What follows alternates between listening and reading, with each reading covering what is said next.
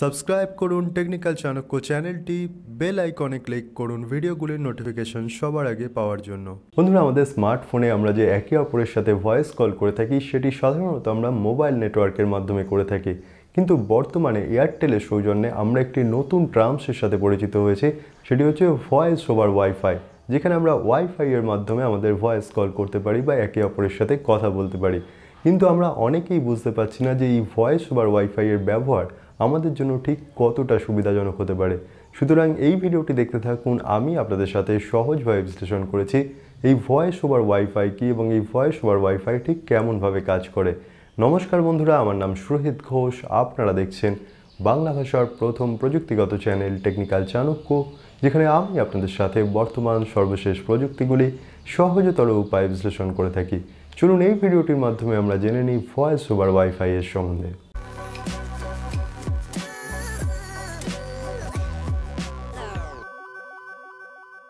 বন্ধুরা, সম্প্রতি এয়ারটেল জানিয়েছিল যে তারা তাদের নেটওয়ার্কে সারা ভারতে এই যে voice over wifi calling service সেটিকে তারা প্যান ইন্ডিয়া রোল আউট করছে, যার ফলেই কিন্তু আমরা আস্তে আস্তে এই ভয়েস ওভার ওয়াইফাই কলিং টার্মসটির সাথে পরিচিত হয়েছি।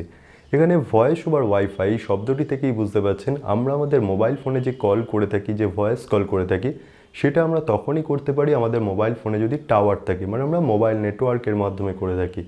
এখানে ভয়েস ওভার ওয়াইফাই হচ্ছে যদি আপনার মোবাইল ফোনে নেটওয়ার্ক না থাকে কিন্তু আপনার মোবাইল ফোনটি কোনো একটি ওয়াইফাই এর সাথে কানেক্টেড আছে, তাহলে আপনি সেই ওয়াইফাই এর মাধ্যমে কিন্তু আপনার ভয়েস কলটি কমপ্লিট করতে পারবেন।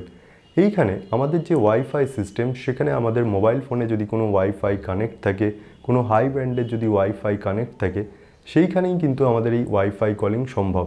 যদি ধরুন আপনি এমন একটি জায়গাতে আছেন যেখানে আপনার মোবাইলের নেটওয়ার্ক নেই, আমরা অনেক সময় হয় ভালো সিগন্যাল পাই না, আমাদের কল ড্রপ হয়ে যায় বা কল কেটে যায়, সেই ক্ষেত্রে যদি আমাদের মোবাইল ফোনটি কোনো একটি হাই ওয়াইফাই কানেকশনের সাথে বা হাই ইন্টারনেট কানেকশনের সাথে কানেক্টেড থাকে ওয়াইফাইয়ের মাধ্যমে, তাহলে আমরা সেই ভয়েস কলটির যে কল ড্রপ হওয়া বা কথা শুনতে না পাওয়ার যে সমস্যা, সেই সমস্যার সম্মুখীন হব না।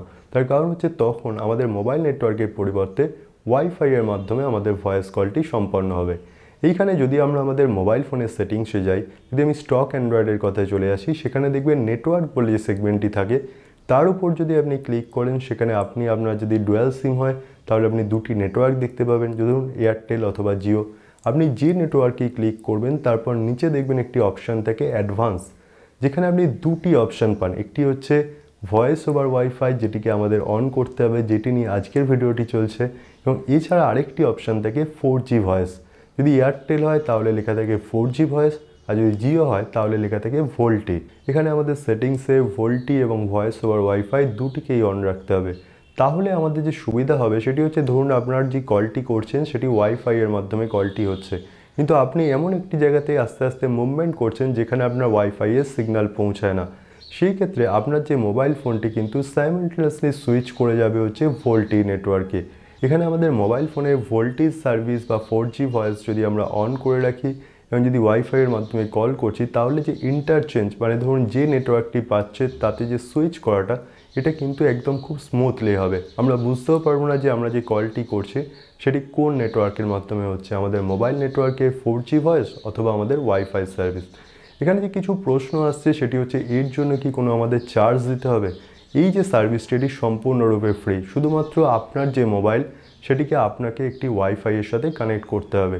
আপনি পাবলিক ওয়াইফাইয়ের মাধ্যমে যদি কানেক্ট করেন তাহলেও হবে, যদি আপনার পার্সোনাল কোনো ওয়াইফাই নেটওয়ার্ক থেকে তার মাধ্যমে কানেক্ট করতে হবে, কিন্তু আপনার মোবাইল ফোনটি কিন্তু রেজিস্টার্ড থাকতে হবে। এরকম সম্ভব নয় যে আপনি আপনার ওয়াইফাইয়ের সিগনালে দেখতে পাচ্ছেন প্রচুর ওয়াইফাই আছে, সেখানে আপনি কল করছেন কোনো একটি ওয়াইফাইয়ের মাধ্যমে কানেক্ট হচ্ছে। এখানে আপনার মোবাইলে যদি আপনি কোনো ওয়াইফাই নেটওয়ার্কে রেজিস্টার্ড থাকেন তাহলেই ভয়েস ওভার ওয়াইফাই সম্ভব, এবং আপনার সেটিংসে গিয়ে অবশ্যই আপনার নেটওয়ার্কের আন্ডারে আপনাকে দেখতে হবে যে আপনার এই ভয়েস ওভার ওয়াইফাই সার্ভিসটি অন আছে কিনা।